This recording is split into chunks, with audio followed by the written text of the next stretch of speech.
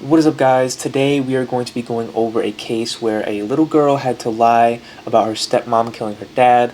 And once you take a look at the bottom left of the screen, that is called a behavior compass. This was invented by Chase Hughes. If you want to look into it a little more, I'll leave a link in the description for you to check it out. But basically, I'm going to be filling it out based on what I see throughout the interview. This isn't going to be more like a reaction video, what you might be used to on YouTube. This is going to be breaking down what we believe this little girl's behavior is like. We're going to be talking about what her social needs are. We're going to be talking about what her positive and negative adjectives are, and we're going to be looking at all these sorts of things. So buckle up, let's get a move on. Alright, here we go. Center of the case is Jason's daughter, Sarah Corbett Lynch, who features in the documentary and has also written a book about her experience. She joins us now. Thank you for being here, Sarah. Thank you for having me here. Thank you so much. So you were 4 when your family moved from Ireland to the States with Molly and your dad.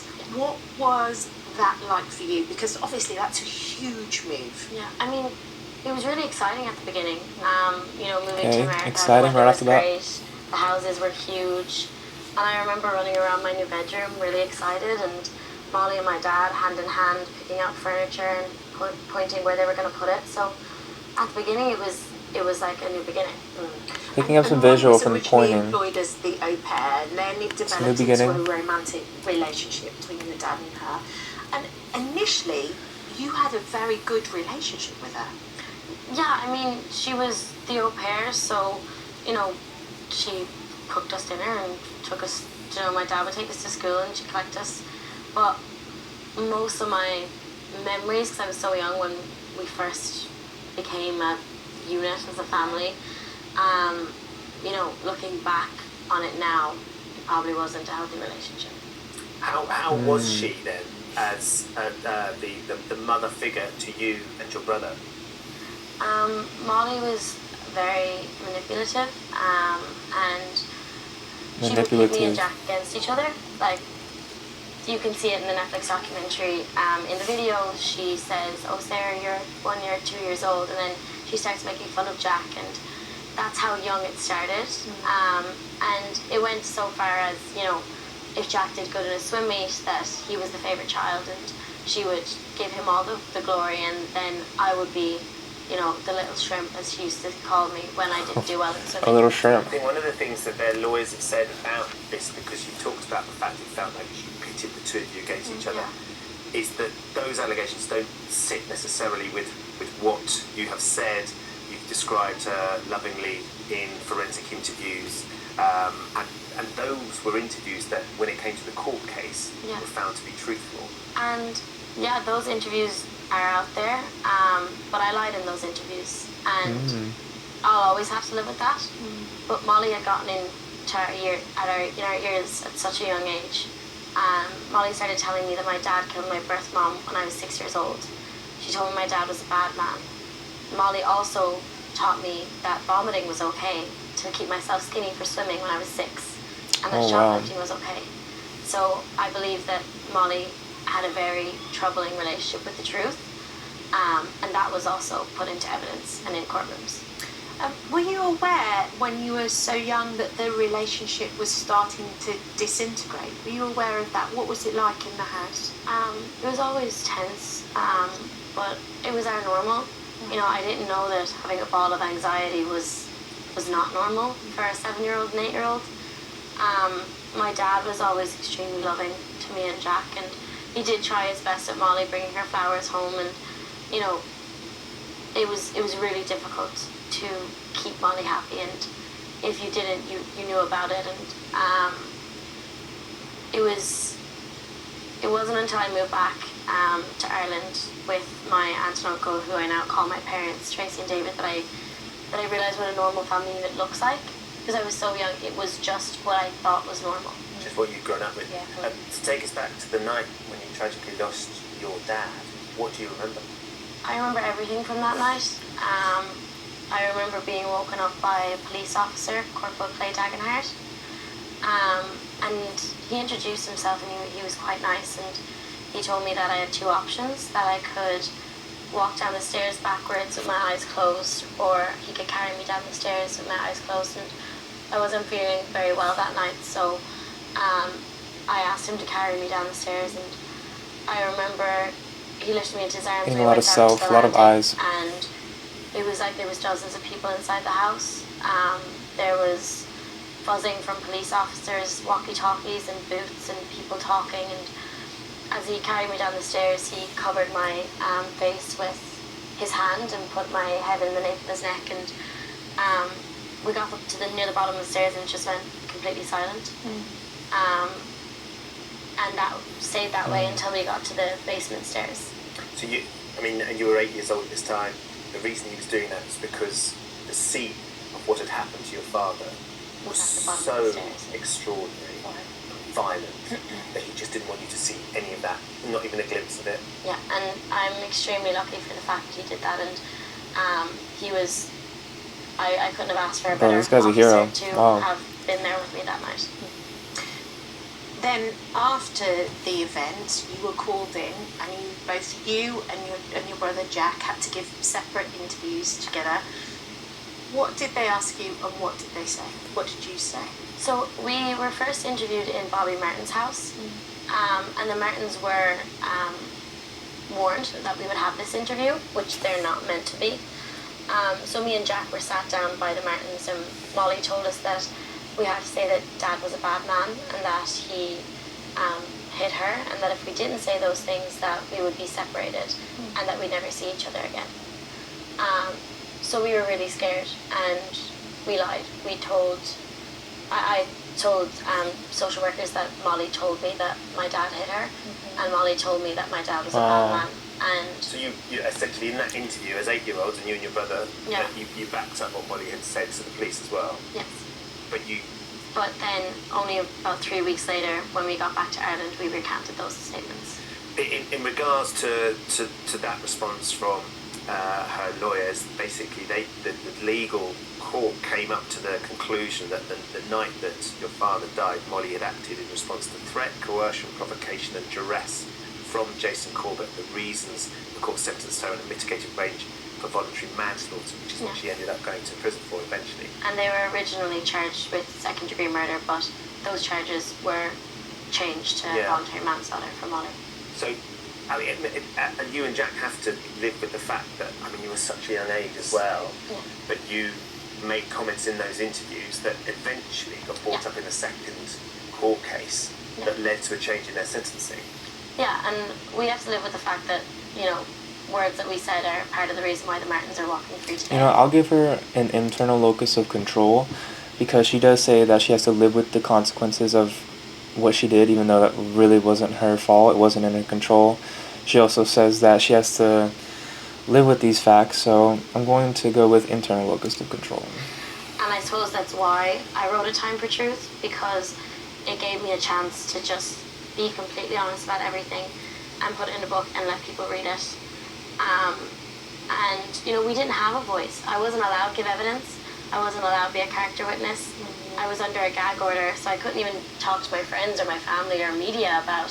So how hard was that as well? Because this case was going all around the world. Of course, it happened in America, but your family from Ireland, and I imagine you're on all the newspapers and you've got to go to school, but you can't, as you say, you can't talk about it. Yeah, and it was extremely difficult because you can't defame the dead, so the Martins could say anything about my dad, and I guess that's why there's so much out there about my dad's character that isn't true, and it made it very difficult for my family to sit in courtrooms and hear this completely fabricated narrative about my dad's personality, because you can't change that. You can't defame the dead. And the Martins brought my birth mom into it and my grandfather into it, and all of those people that I loved have passed away since. And right there, she's really looking into the left side when she's thinking about these negative events. I just think that really shows the character of the people that the Martins are. Yeah, I think she's a right gestural hemisphere tendency. So when she's bringing up how good her family was, she looks to the right, but her interviewers are also sitting there, so she might just be bringing up memories that she's already had, but especially when she brings up negative things like she just did, you can see like she all of just those looks, people that she I like love to pass pans away over since. to the left, so a And good positive I just think that gestural really shows hemisphere the character tendency of the people of the right that the side. Martins are. What was that like for you and your brother? Because then you moved back to Ireland, and you get taken in by your aunt. That must have been just absolutely awful for you guys.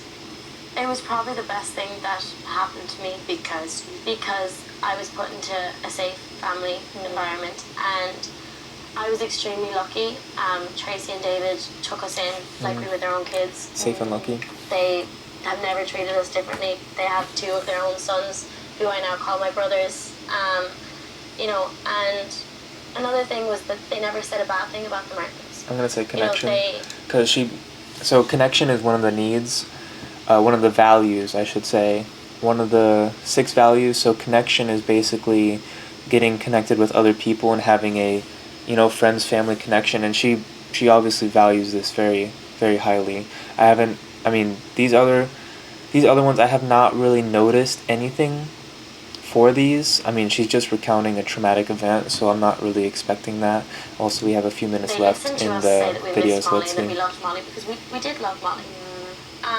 And it wasn't until I think about 2 or 3 years ago that I was having an absolute meltdown, and I was begging Tracy to say something negative about Molly, and she said, "I don't like that woman, she killed my brother." And that was it. And they gave us the opportunity to make up our own minds, to decide what we felt towards the Martins, and I will always be grateful for that, because I suppose why I'm sitting here today is because I was able to make up my own opinion.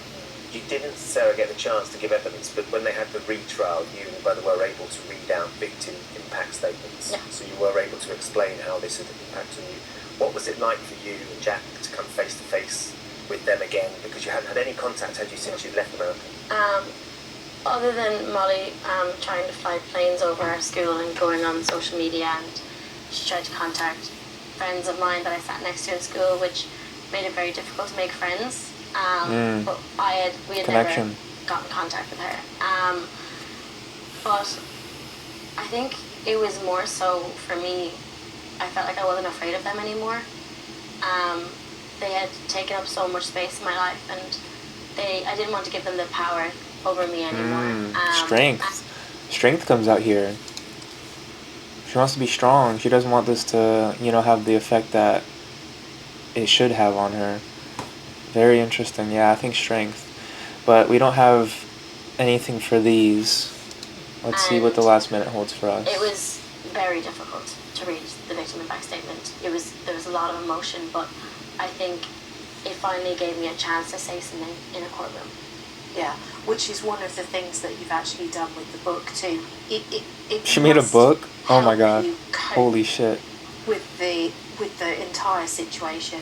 The book, the only way I can describe it is I've cried a lot less since I wrote the book, because I took all of my childhood trauma, everything bad that happened to me, and put it into one funnel and looked at it. And it made me realize that, this is happening to people all over the world, and that's really important, that, people who are going through similar situations or really difficult situations know that, you can get help. You can find someone that will listen to you, and it will be okay. You will be able to find the light at the end of the tunnel and have a normal life.